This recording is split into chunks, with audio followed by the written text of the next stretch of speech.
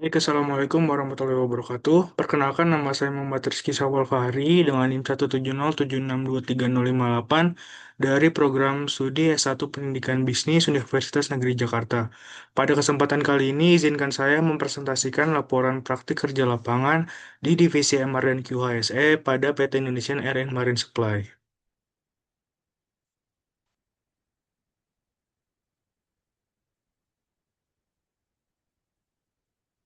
Baik, untuk latar belakang ya, di sini kita bisa melihat data di sebelah kanan ini bahwasannya BPS atau Badan Pusat Statistika mencatat bahwasannya tingkat pengangguran terbuka dari bulan Februari sampai 2026 ini masih berada pada angka 4,68% atau sekitar 7,24 juta orang.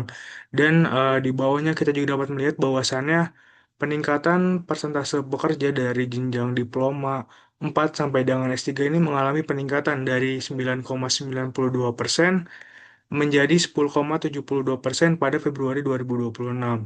Pada Februari 2026 pula jumlah penduduk bekerja dengan pendidikan tinggi ini mencapai sekitar 15,83 juta orang. Nah, peningkatan ini tuh menunjukkan bahwasannya lulusan perguruan tinggi ini sebenarnya memiliki peluang yang semakin besar untuk berpartisipasi dalam dunia kerja. Namun tentunya kondisi tersebut juga menunjukkan bahwa lulusan pendidikan tinggi ini harus mampu bersaing dengan jumlah tenaga kerja yang eh, setiap tahunnya terus bertambah.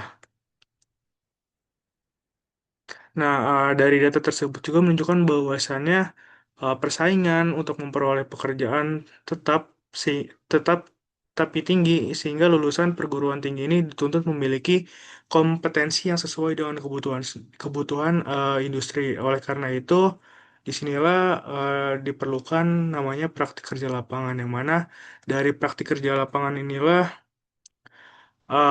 memberikan kesempatan kepada mahasiswa untuk memperoleh pengalaman kerja secara langsung serta memahami penerapan teori dalam praktik. Nah, selain itu, uh, selain meningkatkan kompetensi teknis, PKL juga membantu mengembangkan sikap profesional, disiplin, tanggung jawab, dan juga kemampuan beradaptasi pada dunia kerja. Kemudian ini ada tujuan PKL atau magang yang mana tujuan pertama adalah memenuhi salah satu persyaratan akademik untuk kelulusan mahasiswa program studi S1 Pendidikan Bisnis Fakultas Ekonomi dan Bisnis Universitas Negeri Jakarta. Yang kedua, memperluas wawasan mengenai proses bisnis mulai dari perencanaan, pelaksanaan, hingga evaluasi kegiatan operasional perusahaan. Lalu yang ketiga, mengasah kemampuan adaptasi praktikan terhadap budaya kerja, sistem operasional, serta dinamika organisasi di dunia industri. Keempat, membentuk sikap profesional, tanggung jawab, serta etika kerja sebagai bekal memasuki dunia kerja. Dan yang terakhir, memberikan pengalaman kerja nyata sebagai langkah awal dalam mempersiapkan karir di masa depan. Oke, ini kemudian ada profil perusahaan. Jadi selama pelaksanaan, saya eh, melaksanakan praktik kerja lapangan di PT Indonesian Air and Marine Supply. Nah, Air and Marine Supply ini merupakan perusahaan yang bergerak di bidang jasa logistik, pergudangan, distribusi barang, dan juga pengelolaan fasilitas logistik. Jadi perusahaan ini juga udah berdiri sejak tahun 1970. PT Airin juga memiliki pengalaman lebih dari 50 tahun dalam mendukung kegiatan logistik domestik maupun internasional. Perusahaan Airin menyediakan berbagai layanan terintegrasi seperti pergudangan, distribusi barang, jasa bongkar muat, serta pengelolaan gudang berbasis warehouse management system. Nah, dengan sistem operasional yang terorganisir dan sumber daya yang profesional, PT Airin tentunya berkomitmen dalam memberikan layanan logistik yang efektif, efisien, dan terpercaya bagi pelanggan. Lalu untuk pelayanan utama yang diberikan oleh PT Airin ini ada tiga ya. Yang pertama ini ada jasa ekspedisi muatan kapal laut. Nah, jasa ekspedisi muatan kapal laut merupakan salah satu bidang usaha yang memang menjadi pilihan utama dari PT Airin. Jadi, layanan ini tuh menjadi penghubung antara pemilik barang, perusahaan pelayaran, pelabuhan, dan juga pihak lain yang terlibat dalam proses distribusi barang, mulai dari persiapan hingga nantinya barang tiba di tujuan dengan aman dan tepat waktu.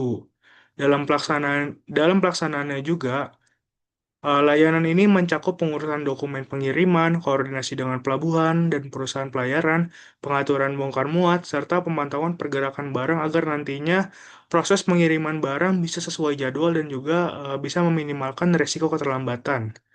Nah, sebagai bagian dari perusahaan logistik dan juga perdagangan internasional, tentunya layanan ini berperan penting dalam mendukung kelancaran distribusi barang antar wilayah maupun antar negara. Nah, kenapa lebih memilih transportasi laut? Karena dari transportasi laut ini mampu mengangkat barang dalam jumlah besar dengan biaya yang lebih efisien. Lalu untuk pelayanan yang kedua ada tempat penimbunan sementara atau yang biasa lebih diketahui sebagai TPS. Jadi TPS ini merupakan fasilitas untuk menyimpan barang maupun impor maupun ekspor yang masih dalam pengawasan Direktorat Jenderal Bea dan Cukai sebelum proses administrasi dan juga kepabeanan selesai. Nah, nantinya barang yang ditampung ini umumnya merupakan barang yang baru tiba atau akan dikirimkan ke luar negeri. Nah, sebagai penyelenggara TPS, tentunya PT Airin menyediakan fasilitas penyimpanan yang menjaga keamanan, keselamatan, dan juga kondisi barang selama masa penimbunan. Nah, dalam kegiatan ini, PT Airin melayani muatan full container load atau istilahnya dalam satu kontainer ini barang barang yang ada di dalam satu kontainer ini hanya dimiliki oleh satu perusahaan dan juga less container load atau yang biasa diketahui bahwasannya di dalam satu kontainer ini barangnya itu jenisnya sama namun dimiliki oleh beberapa perusahaan dan juga PT Airin memiliki dua gudang ya, ada gudang utara dan juga gudang barat. Nah, selain itu juga, TPS ini dilengkapi sistem pengawasan untuk memastikan bahwasannya seluruh aktivitas keluar masuk barang ini bisa tercatat dengan baik. Nah, dalam proses operasionalnya, PT Airin juga mengelola TPS dengan memperhatikan keamanan, ketertiban, dan efisiensi agar barang tetap terjaga kondisinya dan dapat ditelusuri dengan baik. Keberadaan TPS ini menjadi sangat penting ya dalam rantai logistik internasional karena membantu kelancaran arus barang dan proses distribusi secara lebih tertib dan efisien. Lalu untuk layanan yang ketiga adalah transit terminal kontainer. Nah, jadi transit terminal kontainer ini merupakan fasilitas untuk menampung dan mengelola barang yang telah menyelesaikan proses kepabeanan atau berstatus bebas pabean sebelum nantinya bisa didistribusikan ke tujuan akhir. Nah, fasilitas ini juga berfungsi sebagai titik transit yang menghubungkan proses ke pelabuhan dengan distribusi barang kepada pelanggan. Melalui transit terminal kontainer, PT Airin memastikan barang yang telah selesai diproses administrasi dapat dipersiapkan dengan baik. Oke, kita lanjut ke pelaksanaan. Jadi, praktikan ini ditempatkan di divisi MR dan QHSC yang mana divisi ini bertanggung jawab dalam mendukung efektivitas operasional perusahaan melalui pengelolaan sistem manajemen, pengendalian risiko, serta penerapan standar mutu, kesehatan, keselamatan kerja, dan lingkungan.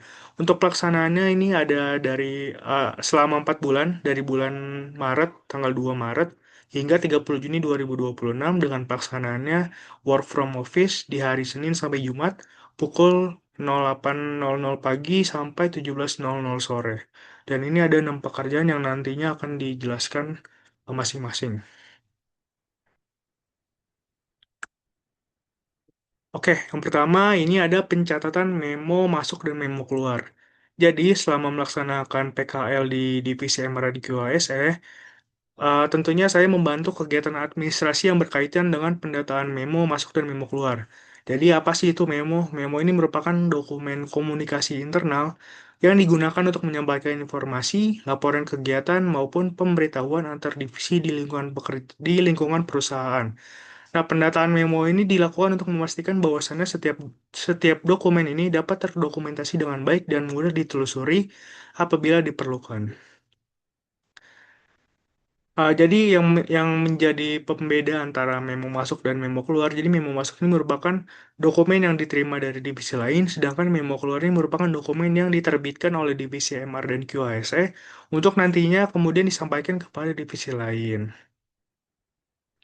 Untuk proses pengerjaannya ini dimulai dengan menerima pemberitahuan memo yang akan didata. Selanjutnya, saya ini memeriksa informasi yang terdapat pada memo, seperti nomor, tanggal, asal, atau tujuan divisi, serta perihalnya. Nah, setelah itu, data memo ini dicatat ke dalam daftar pendataan yang telah disediakan perusahaan sebagai bagian dari pengendalian dokumen dan juga administrasi. Oke, kita lanjut yang kedua.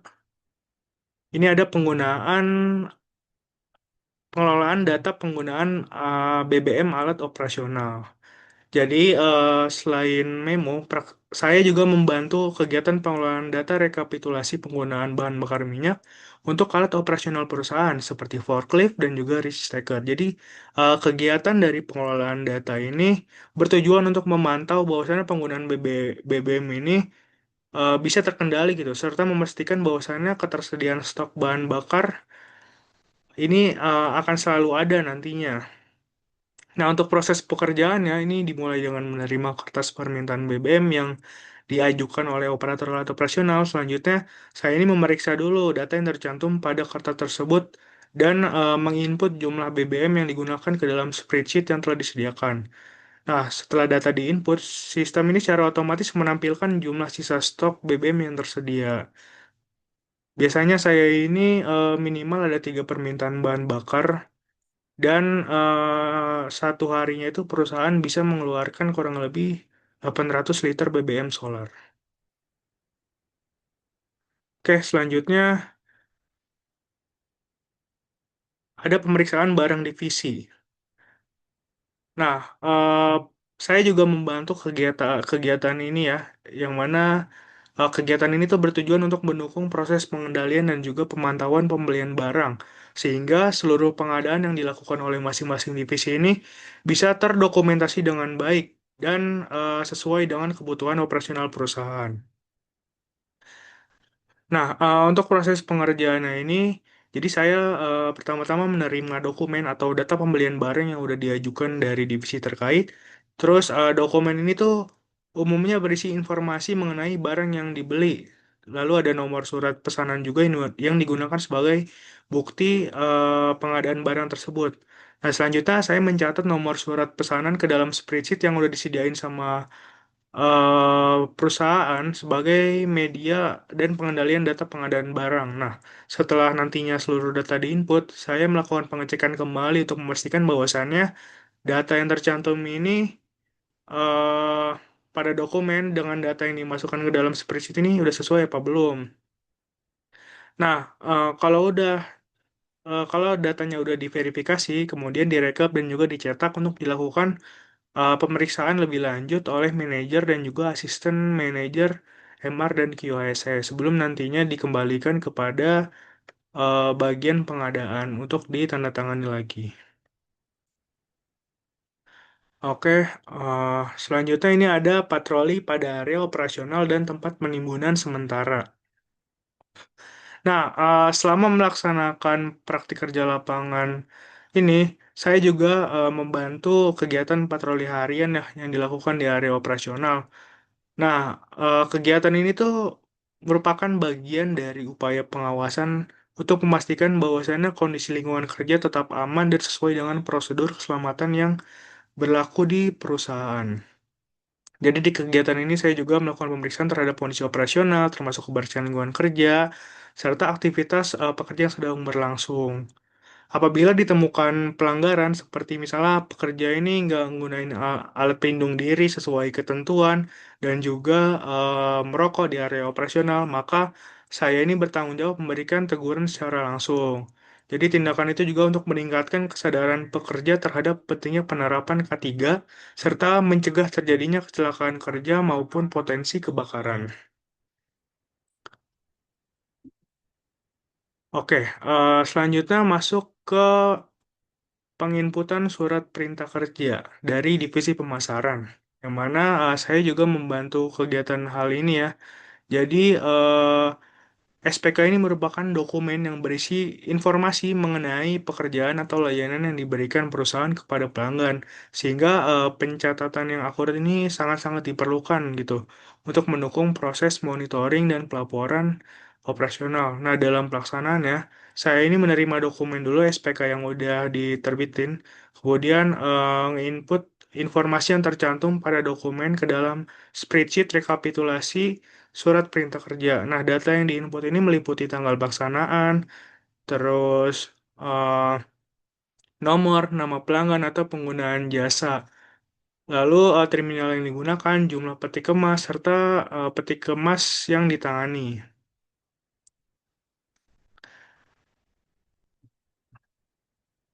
Nah, kemudian saya ini mencatat tanggal pelaksanaan, nomor ke dalam SPS yang tersedia.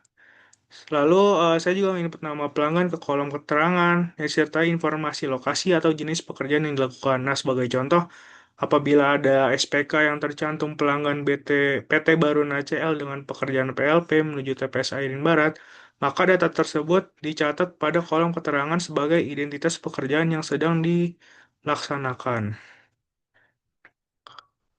Oke, selanjutnya ini ada pendataan quality plan, yang mana quality plan ini merupakan dokumen yang berisi standar pemeriksaan dan juga pengendalian pada setiap tahapan pekerjaan, mulai dari penerimaan kontainer, proses penumpukan, hingga ke pengeluaran kontainer.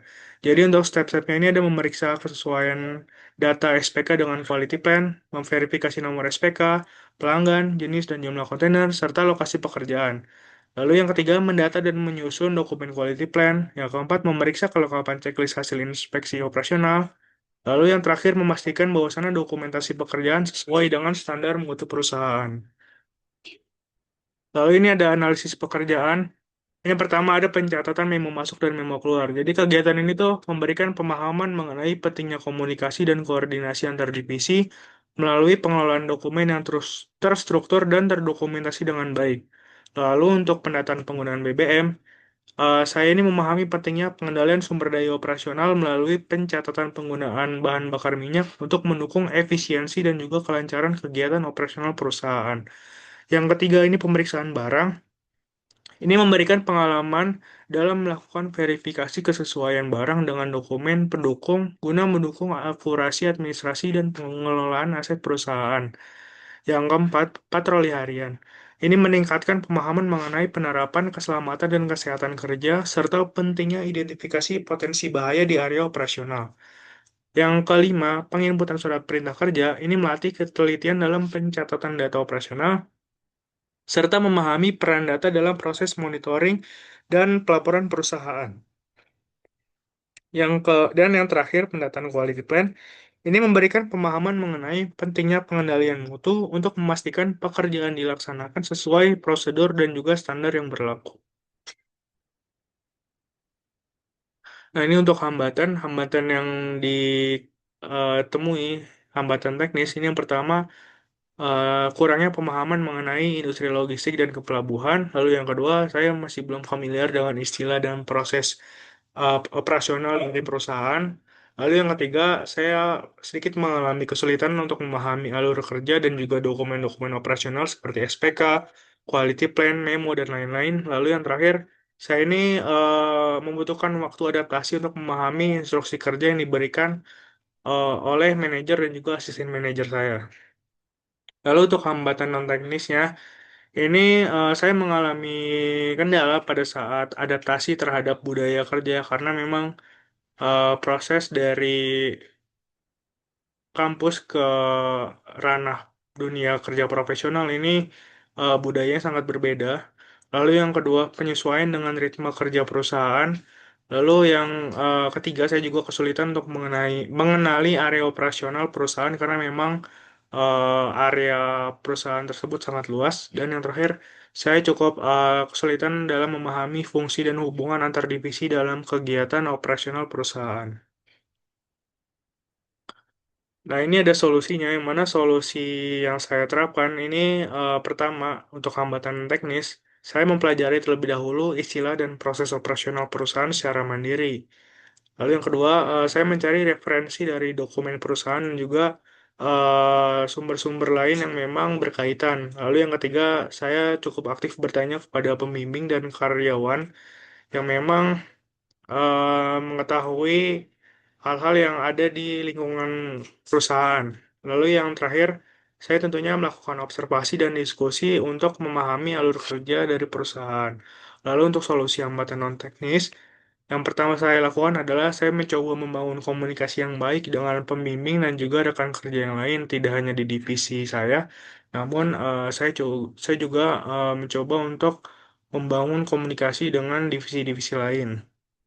Lalu yang kedua, saya mencoba untuk aktif berpartisipasi dalam kegiatan divisi. Lalu yang ketiga, saya melakukan observasi lingkungan kerja dan juga area operasional perusahaan.